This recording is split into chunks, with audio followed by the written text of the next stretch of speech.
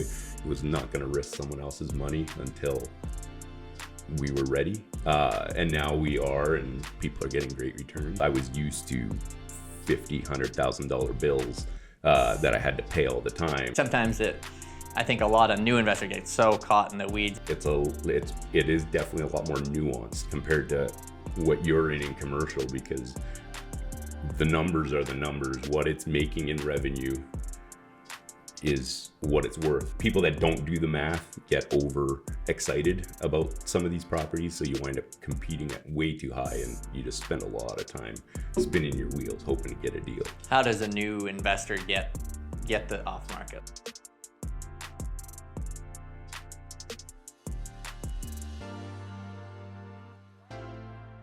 So today on the episode, we have Jason Vander Woerd. I wanted to have you on. A lot of people ask me how to get started in real estate, and I think a lot of the advice they get is to start with flipping. Mm-hmm. I didn't start that way. I don't know that much about it. I see a lot of people teaching this that maybe don't do it, or they teach it to jump into flipping full time, and they're making all their money running a course on flipping, stuff like that. And I haven't seen a lot of people like long-term sustain a business where the business is flipping. And I wanted to just kind of get you on, and you obviously do have a business. I think you started it right where you're not, you weren't relying on yourself to be doing all this stuff. Yep. And yeah, I think you got a good mindset on it. So if we could just start with a little bit, how you did get into real estate and start there. Yeah. So I had an excavation company for 8 years, from 2013 till 2021. But then in 2020, for a number of years prior, we kind of looked at opportunities outside of it. It was a lot of hours, a lot of irritating issues with employees, because you can't just teach somebody how to do it. They have to have a talent for operating equipment. And so you'd go for a couple of years of training, and they'd get good, and right when they were good, then they'd go find another job, or they're just done with it, or whatever. So it was really challenging in that space, and it was a lot of like summers were busy, and then winters were slow. And then as my kids were getting older, then all of a sudden they're busy in the winter when I've got time, and in the summer when I don't have time, they're off and they're looking to spend more time with dad, and we wanted to do more family things. But the cost to take a week off when that's your busy time is just unreal. So we were looking at other opportunities, and I had done a bunch of prior flipping actually with some land over the years, just good deals that I bought, and kind of looked at how we could leverage some of our experience. I was one of those guys that I didn't spend a lot of time on Facebook at that time. It was like, ooh, MLS, let's see what's new, like what new listings. So I kind of had a passion for that. My wife really had a passion for design. And so with all the houses that I'd worked on over the years and seeing them in all the different stages, we just kind of went, okay, what can we do with this? That's like, all these things are pointing to us having a skill set here.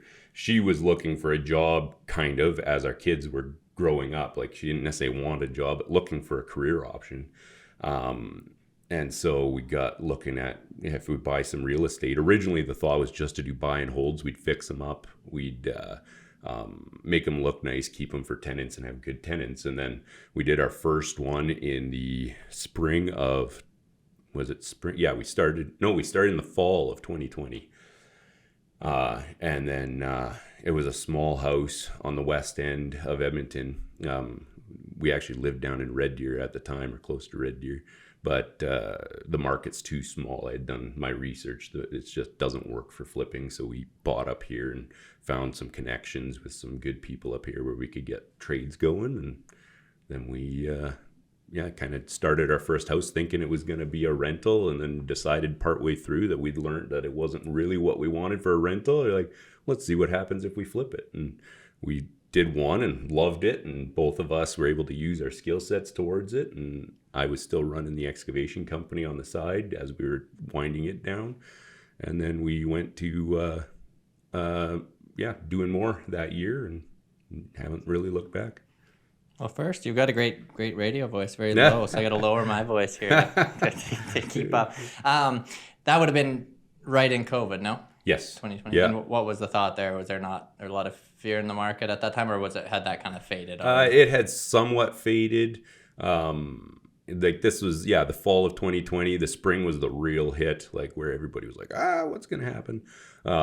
We kind of had seen things spike in the like late spring after COVID, like in May or whatever. Real estate went up and then it kind of flatlined a little bit. And so I was like, well, we got to keep moving. We're going to try something. And we had already committed prior to COVID to stopping the excavation. So there was no looking back, really. And was obviously lifestyle, like the more time with the kids was the thought. Did that happen? It did, yeah. We've spent a lot of the first year. That not as much. We did some camping, which was something we never really did before. We had no time for it. And then in 2021, then we had a little more time. We spent 3 or 4 weeks camping, I think, that summer, which was nice, like kind of split up.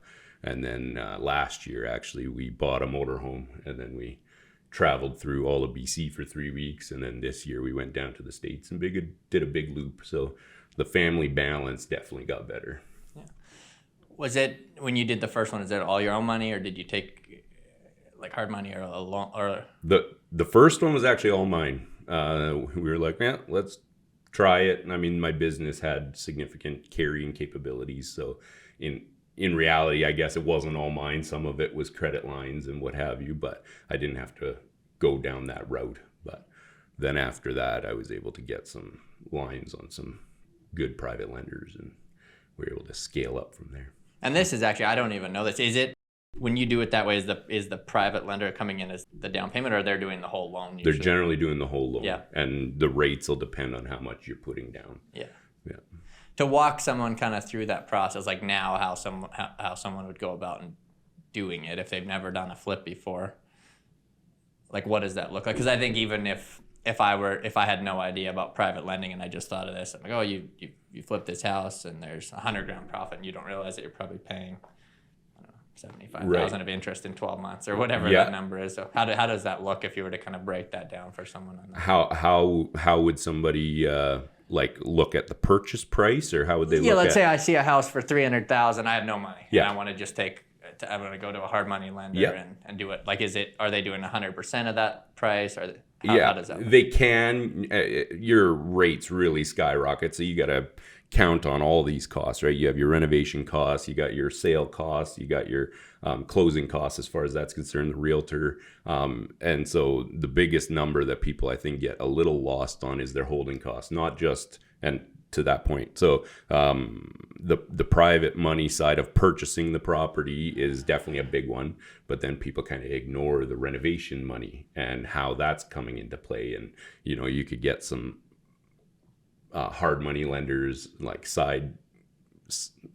secondary mortgages on the property at a much higher rate yet to fund the renos, and that can really get scary. So I think the key is that you analyze it from a worst case scenario. Hopefully you do a little research online of what rates are at with some of these private lenders, and then worst case scenario, let's say your project, a lot of people, it takes them a year. Like we managed to do like 4 months max kind of is our turnover time. We've had a few that hit 6 months, but in general it's 4 months. So that cuts your costs down drastically. So on the total, but like someone new coming in and doing it, is it generally, are you financing like of the total end cost 75%, like by the time you pay the renos, or like what should someone expect to be? Yeah, I've done some where it's 100%. A lot of them we do 75 because that does bring if you're doing 100%, guys are looking at like 17% interest. Whereas if you can do 75% loan to value, then you're down to maybe 10%. And so that's a big spread that if you've got some cash, but people don't always have that cash. So, but if you're doing the 100, you're not financing the rent. Like, let's say you did the 100, you're still putting in a yes, pretty good I myself do, but a lot of guys will wind up using a secondary lender, someone their family or whatever that they pay a premium to fund those renos, and that's kind of where things get scary with some of these new people getting in, because they're all in and you have no way out if you made a mistake.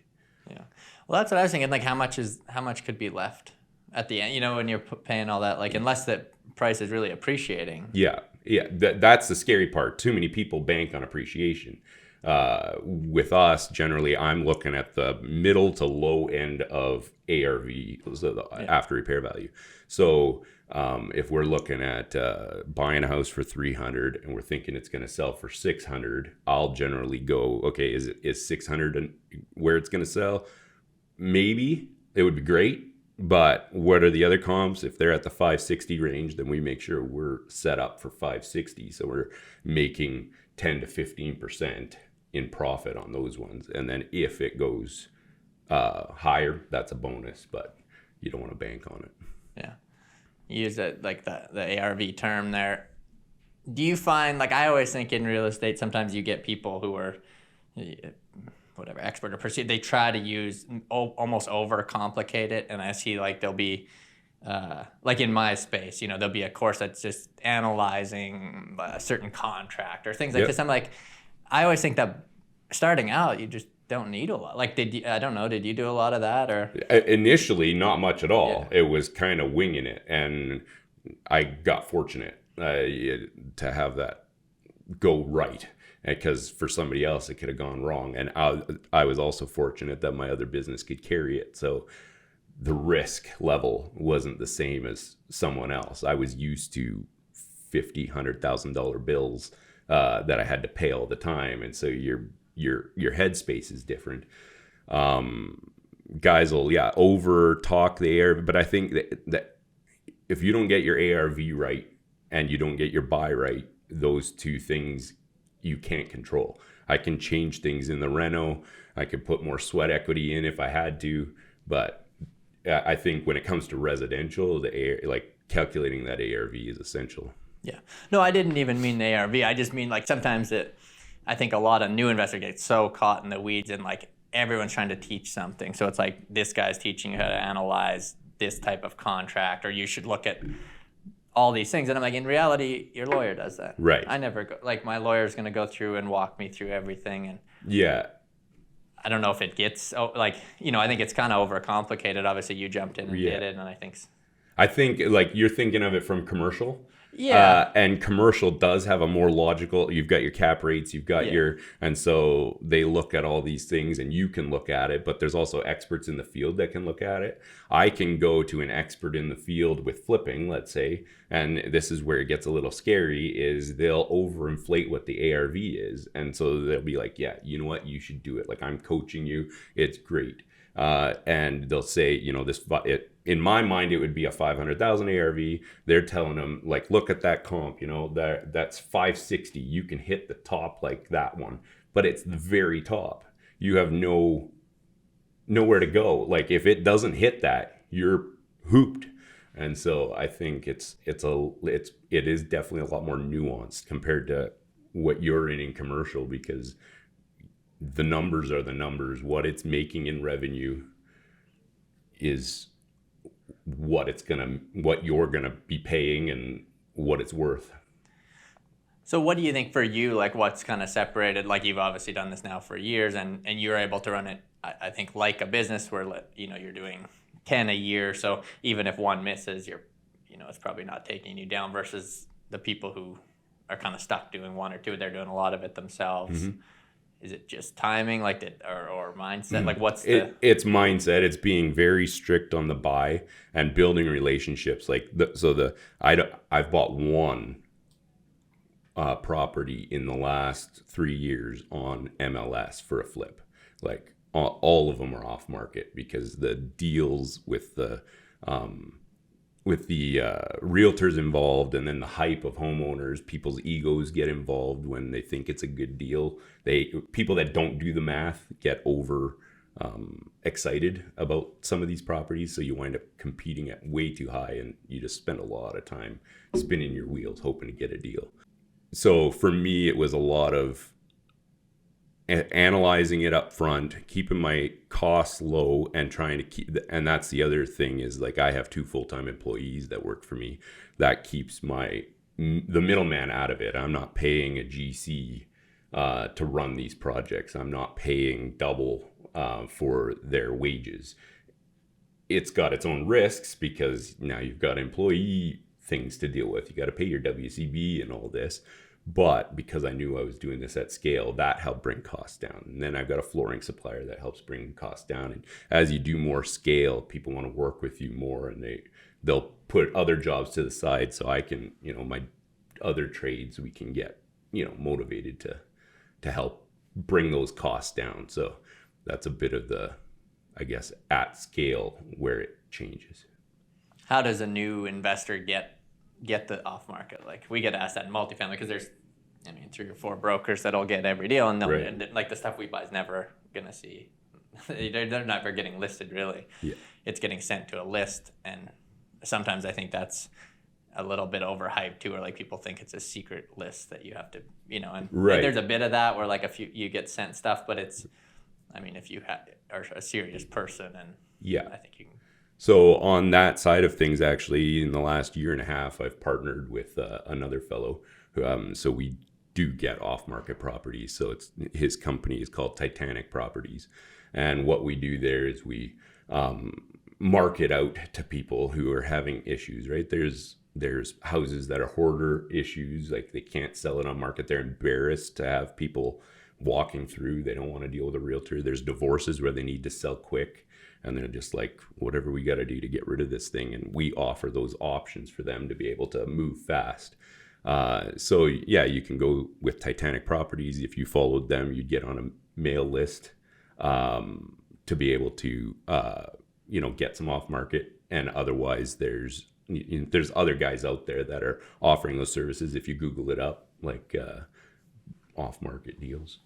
What was the thought naming his company Titanic? I have no idea. That's gotta be- I don't know. I was not a involved in little that. ominous Yeah, there. yeah. No, that's good. So the employees that you have, are they construction guys? Like, Yeah. they're doing the construction? Yes. Yeah. They're hands on. They're like, we do split things up. So we've got like drywall guys, and we've got flooring layers and stuff. Like, they do the stuff that they're good at, and they run the rest of the job. So I don't have to be there all the time.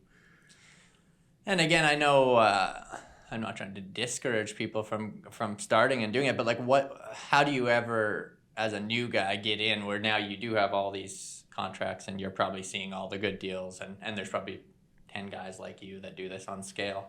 How does someone new ever start, or you just start? And Yeah, sometimes it's a hope. Yeah, and networking, obviously, I think you and I have experienced that firsthand. Like, if you're networking with people, connections form, and you can be really enlightened to things that you never knew were a thing. You don't even know where to go. You listen to podcasts, that helps. All of that, like, to kind of take some of the risk away. It's difficult to get going without some form of teaching, but knowing that you're getting taught correctly is also a challenge. yeah.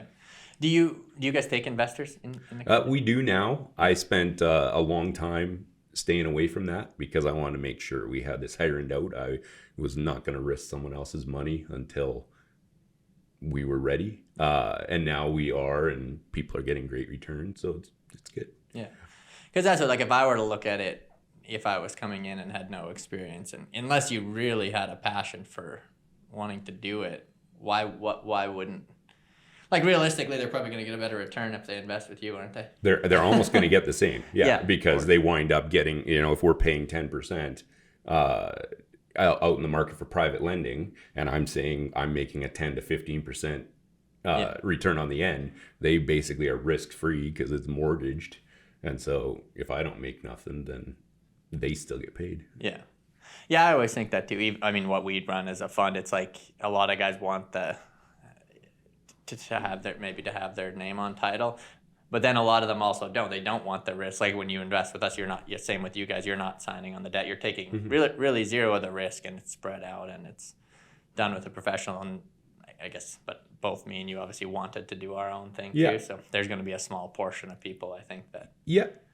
And if you love your job and doing I meet lots of people that have great jobs and then they're flipping at night, but then they do wind up taking a year to do one property, and then you're thinking you're going to make 10%, but it took double the time it should have. So you make nothing, and you just wasted a year of all your free time doing it. And so there was no growth there. Whereas for you and I, it's a little bit different, because when it's a business and you're doing multiple projects at once, that return can be lucrative. You can't necessarily expand your capital by private investing only, if you don't have it, like if that's the only thing you're doing. Like if you have a job and you do that, it's great. So are the way you do it, the investors are coming in as basically it's like a private lending. Is that kind of how they're coming in? Yeah. Yeah. So it doesn't matter. Does it matter if the project goes better or worse, or it's a set? That's right. Yeah. They get a return. Yeah. Like flat out, I go backwards. Yeah. But I can't get out of the mortgage if, like, they'll have a mortgage registered. Yeah.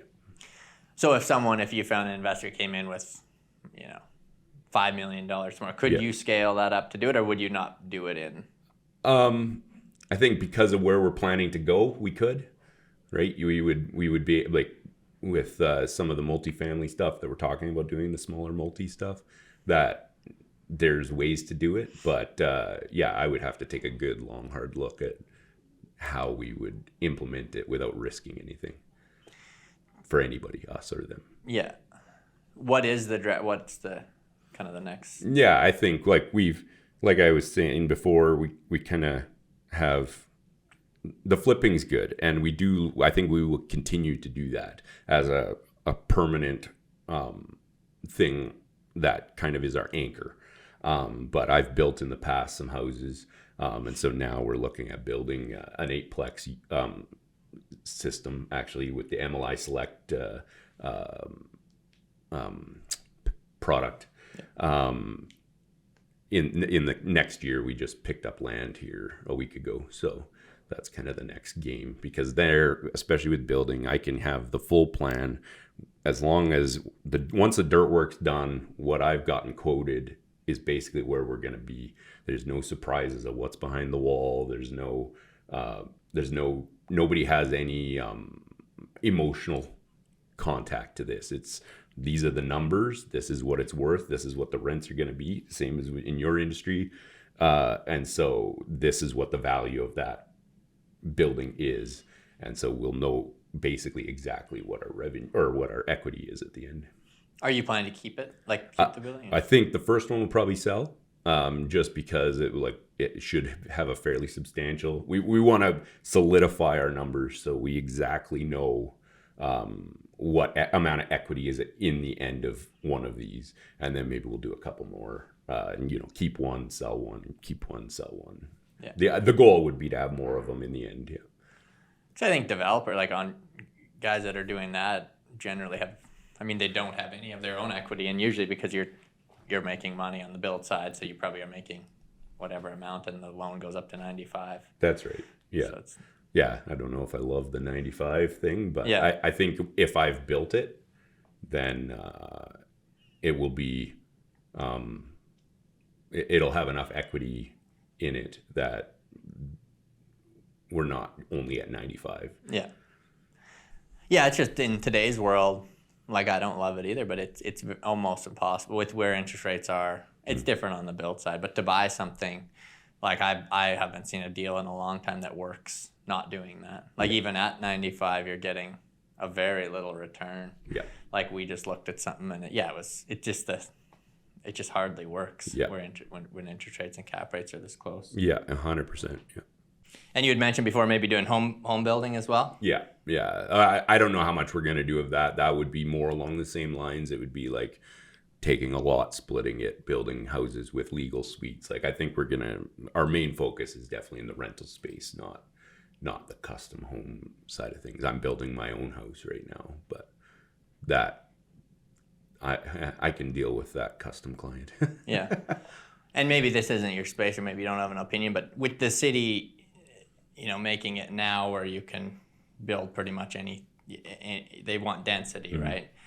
I've heard that it's going to be almost impossible to permit building a single family home in the city that doesn't have a legal suite or something. Yeah, that's what I've heard as well.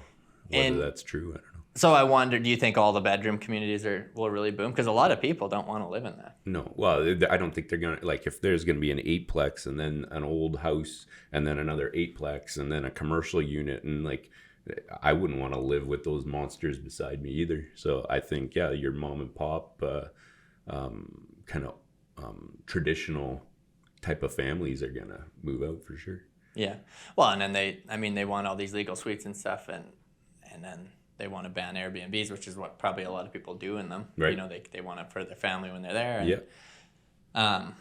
But yeah, I actually just was listening to a thing this morning, and the guy was talking about how his friend wanted to build in Maui. He had this piece of land, he wanted to build affordable housing, and he had the whole thing. And they denied him like 10 times. And then it got to the point where he couldn't build affordable, but he could build $8 million homes, right? Yeah. And the saying was, everybody wants affordable housing, just not in their neighborhood. Yes. Yeah. And that, I'm no different. I mean, I don't think we should go put multifamilies in old neighborhoods where they're really developed nicely. And Yeah. I don't know. I don't agree with it. I don't like that they don't make parking a requirement. Mm-hmm. And I think with the new rules, it'll be maybe a little easier to get some parking because they're going to be able to change the heights are changing and some of the dimensions. So I've heard one guy talking about doing like 8 garage suites on one standard lot, and that everybody'd have a driveway off a side lane in the. Whether that's a practical option, I don't know, but it's kind of an interesting thought in that sense. One other thing I'd heard last week, I was at a conference thing, a seminar actually. They were talking about this exact thing and how the populations in these old neighborhoods have actually been declining, because it used to be back in the 50s, 60s, families of 7 and two parents and 5 kids lived in one of these houses, and now it's a couple that buys this big lot with an old house on it, and no one with a big family wants to live in 1,000 square foot bungalow. They want more, so then they move out and whatever. So I think in order to keep things closer to the center, as much as I would like to agree with you that it's not beneficial, in a way I don't see how there's another option for these cities that it just keeps going out. Like how do you you got to stop it someday. For the farmers anyway, they want it stopped. Yeah. Yeah, it'll be interesting, and we'll see. I mean, I don't know. I guess we'll see. But even like I live way far out.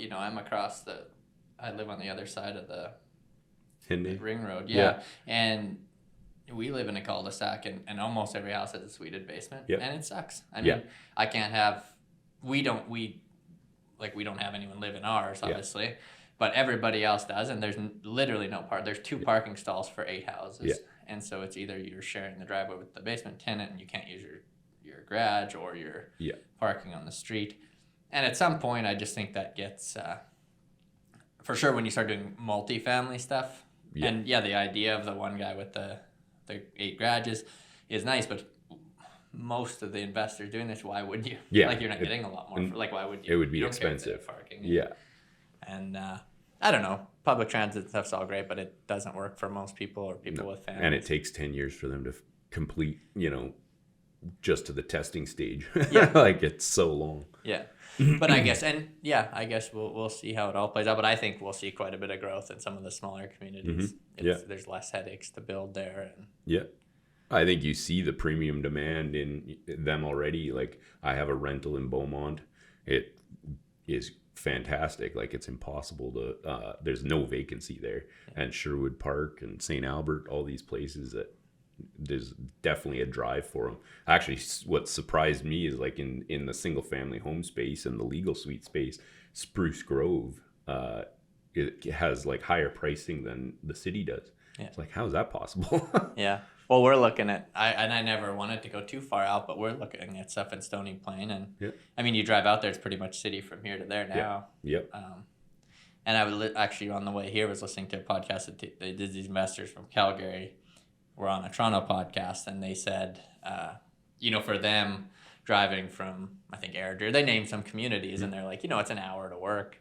But all these people moving from Ontario, you're driving an hour to work, doesn't matter where you live. That's if you're in Toronto and they think it's great, they're out. It's half the price. Oh yeah. So big houses. Where do you think you're way more in the single family space, and it's totally different than multifamily as far as like prices or how interest rates affect it. But Yeah. what do you think a year looks like from today? Well, it's hard to say. I think it's going to climb. I think if you look at Calgary, like we have more inventory than Calgary does, so it's taking longer to get through it. But our sales are up and our inventory's down versus a year ago. So if that happens again for the next year, like the amount of Ontario and BC plates you see on the road now, we don't have an N sticker in Alberta, but you definitely see them all over the place now. So I think, once we kind of catch up to that, we see a big spike. And especially if rates drop at all, then I could really see it. Yeah. Yeah, one of my friends, a home builder, and he's the only guy that I think has this opinion. I don't even agree with him, but he thinks that if rates start to drop, you'll almost see the opposite, where people are so worried to catch the top that they'll stop buying. Like they think, then if rates start to drop and prices go up, people are going to panic. Right. And not want to buy because they're going to think they're going to catch it at the top, and why not wait till rates drop? I don't agree with it because I think it's just the demand side is so high. Yeah, there's such a shortage. Yeah, and I ran this poll on my Instagram, and I've done it a couple times. But if oil is going to be $50 or $150, and Yeah. it's like 90% of people think it's going to be more likely 150. Yeah, yeah. And I've seen that same poll ran at 250, and if that's the case, if we get $100 oil for a couple of years, this province is. We're back to 07. It's making so much cash. I don't really want that. Like, it would be fun for a while. Yeah. But the like I remember that 07 time, and it was too nuts. Like even the houses that were being built, like people were slapping them together. Things like quality goes way down, and it's just too much of a frenzy. Like it's nice when it's just steady. Like let's not have the major drops, but. I know, but if you've listened to I don't know if the podcast we did on the economic cycles, but if you take 07 and go 20 years out, where that leaves us, and or the 18.5 year cycle, and I think that's literally what happened. It's a frenzy, right? Yeah. And that's what I think happens. I think we see it in the next couple of years, and then the drop, and that's where. I can really take it. I think your buddy's not wrong in a way. I just don't think it'll happen right away. Like, I think rates will drop, and the people that have been waiting are going to finally, okay, I know I can afford this payment. So they're going to rush in, and maybe for a year or who knows what, it goes good. And then it goes, okay, everybody's going to go, this is too much. Like, this is too expensive. Yeah. And then it stops again. But that's how it goes. Yeah. And rates change it so much. Like you look at, 2 years ago, where interest rates where you could get it's right now I think we just hit where it's double. You could get double the house, right? Yeah. So rates would have to come down quite a bit if that's in your head that you're buying a $800,000 house and now you are approved at 4. Yeah. If you were eyeing the 800s, it's like, well, you're still not gonna and I don't think the problem is now is we don't have this is such a weird time where rates go up and the price is not coming down. Yeah. And I don't see it. I just can't see a scenario where the price falls out. No. Well, we never had the real rise either here. And you're like the price is still rising in Calgary. It's unreal. Yeah, we're still so affordable though. You like I said, you could basically double our home value and we're at the same price as other provinces. So yeah. I think it's good for a long time. Is there any course or book or things like that have helped you or that you tell new people? I'm very big on, everybody says this, rich dad, poor dad. Like, I think if you want to wrap your head around, not your day job, but doing something else, I think that's a first step. Like your head's got to be in the right space to be able to take on, a flip even by itself is kind of an entrepreneurial thing. So you got to be able to understand how the benefit is there, versus just your 9 to 5 and what you're trying to achieve out of that. Ultimately, is it a longevity thing? If you're just going to make 10K, is it worth it? Probably not. Yeah.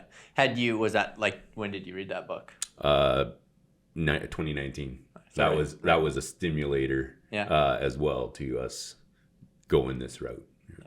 Have you read his other books? Any of his? I started reading the Quad. Is it the Quad? Yeah. Yeah. I started it. That was a little drier. I like the story feel of, same with like Napoleon Hill's. Think and Grow Rich. Think and Grow Rich. Yeah, like I when there's application in it in that sense, then it's easier to grasp and kind of, okay, how does my life parallel that or whatever, use it. How old are your kids? 10 and 8. Have you they might still be a little younger. Have you ever played Robert's game? No, we haven't played it with them. I own it. Yeah. I was like, it's good to. It's cool and it's got some great ideas. It's somewhat, chancy, and I don't like that as much. I like to think I'm more in control of my future than that, but it's a good option. Yeah. Do you teach your kids about what, like, investing? Yeah, like they're starting to get the idea of what interest is. $100 is nothing now, like it used to be. Like, they find a quarter, right, and they think, ooh. Now, like, they realize, we buy groceries and it's $200. That's crazy. For one half week shopping trip, they don't even realize what the whole month is.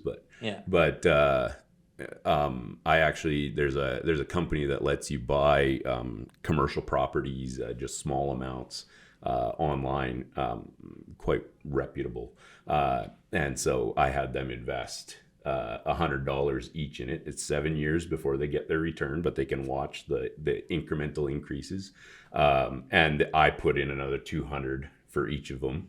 And so in the end, they know, based on the return that they're projecting, there's a high and a low, depending on the economy. They own part of an apartment building in Toronto or Hamilton. So that's kind of scary. But anyway, now they know that when they're, the one, I think I did this 2 years ago. So when the one's 14 or whatever, she'll get her payout of $700 or $800 and gets to, kind of see it from that point of view. We'll see whether it makes a big impact. It won't make a big financial impact, but a learning impact. Yeah, or you'll mistime the cycle and really sour them on it. Yeah, that's true lose too. all their money. Yeah. Oh, my son asked me on the way to school today. He said he had counted. He had all this change and he wanted to clean it. And he had clean it. Nice. I don't know. He got this idea somewhere, and so he was like washing it with a toothbrush, and I think he had like $500 from all his birthdays and stuff. And he's like, so if I get another 500, he's like, then I'm a millionaire. Right? I was like, then 1,000 more. But we do stuff with them like that, where we invest in and give a return that they can see. If you give 100 and you get $10 a year, like something where it's like tangible, and I think they start to get it. I didn't learn much about that as Me a kid. neither. So. Yeah. What are books you're kind of reading? What's some recent? Actually, I mentioned this to you before, but Traction, we've been kind of looking at. So I'm kind of like not so much into the real estate books at the moment. It's more looking at business growth and where we can go from here and keeping everything kind of in line and organized. So. Yeah, that's right. Before this was actually the meeting I came from. Was with our team and we're implementing it, EOS or whatever, and my personality type, that is for me just training. I hate it. Yeah. And but systems are what makes a company. So we've been going through it. My wife loves that kind of stuff, so she the thing about that community is it's so big and so many businesses, like they have webinars. I don't know if it's every day or every couple days, and there's so much good there, and there's so many books on it, and I think it's. Everyone says you need systems rather than reinventing the wheel. Like I do like it. We haven't gone to the point quite of implementing it yet, but I'm thinking that we have to in order for longevity. Yes, and it's the guys that I know that did. It's not a 1 month or it's usually a couple year. It's a big process for sure. Yeah, but I think that's what separates like the really good. The companies that actually scale from everything else. And there's some huge companies that use it. So I know I guess you talked about not wanting to do the really work for the client as far as building homes, but I always think there's a company in the States called, and I'm going to say Cold Harbor or something like that. Okay. I'll get you the name. Yeah. But they had a small renovation company, and he just decided he was going to look at just doing the very high margin thing. So all they do is they do windows and doors and bathrooms. Yeah. And they'll do a bathroom in like 24 hours, and they do. And I think they have either a $2 or $4 billion valuation. Right? Wow. Like they just blew up. Yeah. And I always think like there seems to be a lot of money in the renovation space, and there's also how you talked about nobody wants to go live in that 1,000 square foot house. A lot of people though, like the flipping is kind of doing that, but you could also go in and do, renovate people's house. Would you never do that? I've toyed with the idea. I think part of the appeal for my guys working for me was that they didn't have to deal with clients, and sometimes I know with my excavation company, it was all dealing with the clients, and that's fine, but you're not working for yourself. You're working for someone always. So the premium has to be there to make it worth it. And I think we would potentially do it. I haven't really delved down that rabbit hole yet, but we have thought about it. It's it's a challenging, it can be really negative for people, like how you create your systems, because if a client goes, oh, that's not what I thought it was going to be, and then you got to tear it out and do it again, and that kind of stuff, it can be really demoralizing for the guys doing the work. And so that's kind of where I've been hesitant, but I mean, they always say, you got to leverage people, and that would be a way to leverage.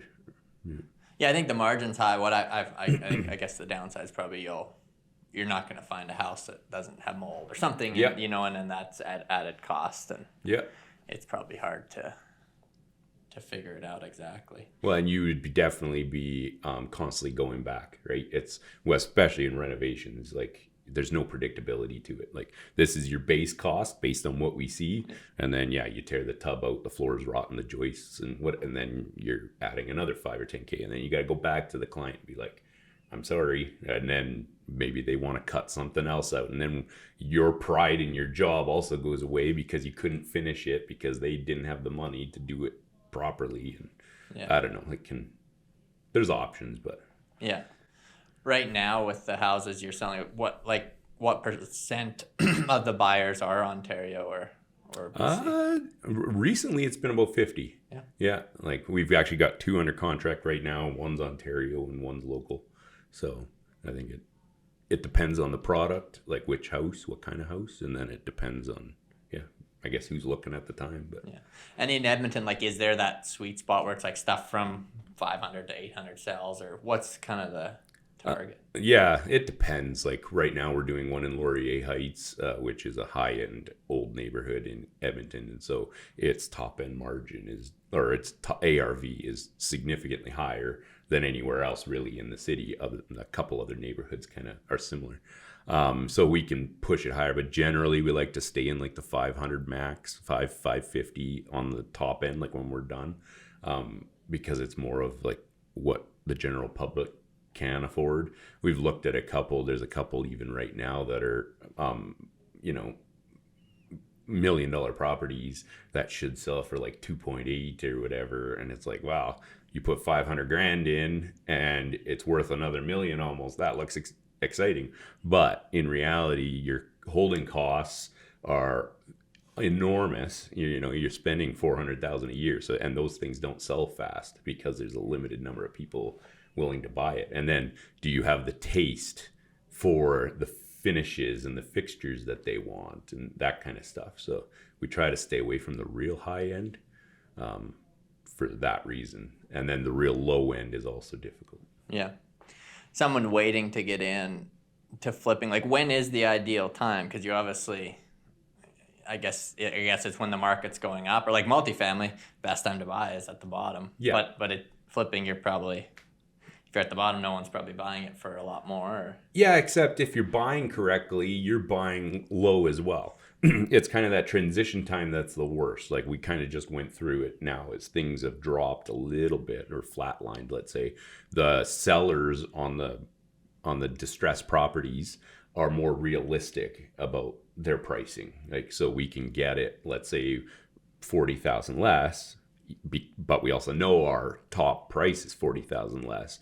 And so the margin between the two is the same. It's just as long as you're buying correctly.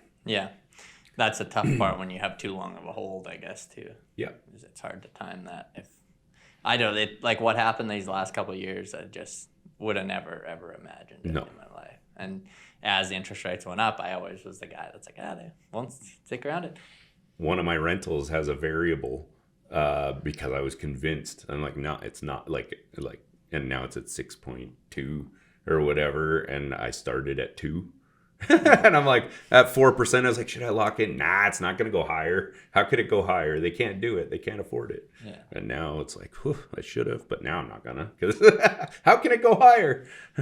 Well, that's always my argument. I don't understand how our government, like, our interest payments have now doubled. So we're $46 billion deficit this year, and it'll be higher next year. And it's just like, I don't understand how, I guess because we have the economy is still doing okay and oil's producing a lot of revenue. But that was always kind of my argument. I'm like, we built this society on this much debt. I don't think we can afford. Yeah.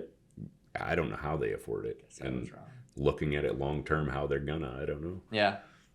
And maybe they won't. I mean, maybe they'll pull back, but I don't know. Inflation. What they need is inflation. They need to drop our rate, and we don't want it, obviously. The inflation's bad for day-to-day life, but yeah, it's great for holding assets, and that's what I always looked at debt. I was like, you're doing just what the government does. You're taking debt. You're buying something. Inflation gets rid of it for you, and that's helped. I mean, the last couple of years, and I don't think, I mean, even if they say it's down a little bit, it's certain things that came down, and I think, I think we see a lot of inflation the next couple of years for sure in housing. Yeah. So what if you go out 10 years, everything works perfect? What does that look like? I think hopefully a lot of these rental properties that I'm happy to hold, like these multifamilies, that's the ideal. Doing 10 flips per year on the side. The original projection was we were going to try to do 10 this year, 20 next year, 30, really ramp it up. Like there's guys that have done it, but they're more in the States. Canada's market is very tough to do that kind of scale with some decent margins. So I think we'll maintain the 10, 15 range and go into this kind of. It's funny as I get talking about these like 8plexes, how many people have gone from flipping to doing multifamily or doing new builds and infills and stuff, because we're familiar with these old neighborhoods, so that helps. And then these off-market deals as well is where you want a lot of these land pockets that are good for building these projects. And so I'm hoping that, I don't know what the actual number will be because this is a new world we're delving into, but I think that's good. I think having that plan, like the thing with flipping, that there's always like that saying about developers, right? That a developer always goes broke on his last deal because he always builds something and he builds something bigger and bigger, and eventually you get caught. Yeah. And I was, with flipping, it's kind of that way too, where at least you're doing enough that it's staggered that if tomorrow it changes, you're probably phasing them out. But if you were doing 50 or 100 a year in one location. And we've taken a little bit in the past 6 months. We've kind of restructured things a little bit to offset our risk. So we've done now one that just sold with a basement suite. And then so what we're doing is one with a basement suite, one regular standard single family, and then another with a basement suite, kind of to stagger our risk. So worst case scenario, if everything fell out, I'd be happy to own these legally suited properties that will pay for themselves, or at least we open ourselves up to an income helper for some owners that want to get in. Their income's not enough to qualify, but at least with the basement suite, they that offsets their income, so they can purchase a bigger house or purchase period. And so because of that, that risk, offsetting that risk, it gives a little more peace of mind. Are most people that are buying this suited, are those people living in them or investors? I mean, I know a lot about it because I own a few myself with the basement suites and whatever. And so looking in that world as we buy and sell, it seems to be a lot more getting into the buying to rent it out themselves, just to offset the costs. I mean, I've done the math before with a young couple who was struggling to, afford their house. And it's like, if you bought a place with a basement suite, you could go from the $300,000 house you're looking at to a $500,000 house, and your costs are actually lower than your $300,000 house. And once you do that math, all of a sudden it's like poof, like, Yeah. well, I mean, I do have to deal with a little bit of a pain with a realtor, or not a realtor, a tenant potentially, but I can afford it and be happy with where I live. Do you guys sell? Do you go through a realtor when you sell then? Always, Or yeah. What's the reason? Yeah. They're good at their job. There's a lot of work involved in like showing it and like the promotion of it. A lot of people think there isn't, but in reality there is. And like they do their open houses and stuff. And we're both for, the investment we've put in, but also other people's investment. We want to give it the absolute best. So we try to get the best realtors that we can to sell our properties, and that allows us to be more confident in our ARV versus throwing it on Kijiji or doing property guys, and then you got to go out at 8 p.m. at night to show somebody it. It's just not practical. Yeah, makes sense.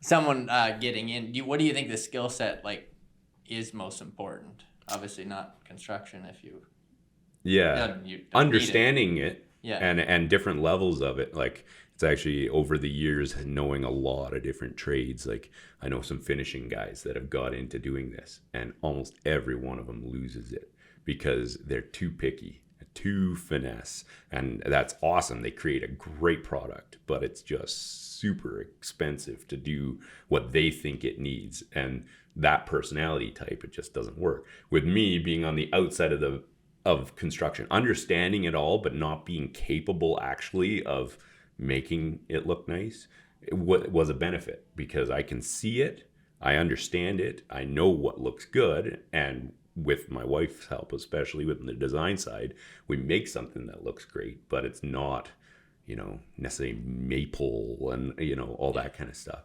So I think there's different ways to do it. There's like, I have a construction background with, the financial side, like some knowledge in that from my previous company. That helps. I think for somebody else, it could be being a realtor or having bought and sold the property, having a couple rentals. It could be that you're a mortgage broker, and so you have that in. I think everybody kind of needs ideally some sort of in. My passion for the MLS even is a bit of an in, right? It was like I was snooping and wondering what things were worth and what they were selling for, and just so you learn to analyze a little bit better, or the costs of things or the prices of things. But yeah, I think a lot of I see it in trades so much where like someone's a really good something, plumber, electrician, and they think that then they'll start a business, and they're two different. Running a business and being a good trade or whatever you are, vastly different things. And you see that a lot where they start their own thing for a little bit and then they end up going back. Yeah. Not that it can't be done, but it's just a different skill set. Those are the worst that you lose. Like I've had a couple over the last 3 years that went that way. They had their own company, fantastic work, but yeah, they just couldn't make a go of the business side and had to go back to work. Yeah. Or wanted to. Cool. Well, we'll wrap her up. If someone wants to get a hold of you, or on the like an investor, looking to get involved in flips, doesn't want to do it themselves, what's the best? They can find me on Instagram, Integrum Property Group handle, or myself, Jason Vander Woerd, on Facebook. I'm also on LinkedIn, so you can look me up there. And you can always shoot me an email, I guess. Cool. Well, we'll put the links in the bio and everything. And thanks for coming on. You betcha. Thank you. Thanks for listening. Like and subscribe. Share it if you think someone else would like it. We'll see you guys in 2 weeks.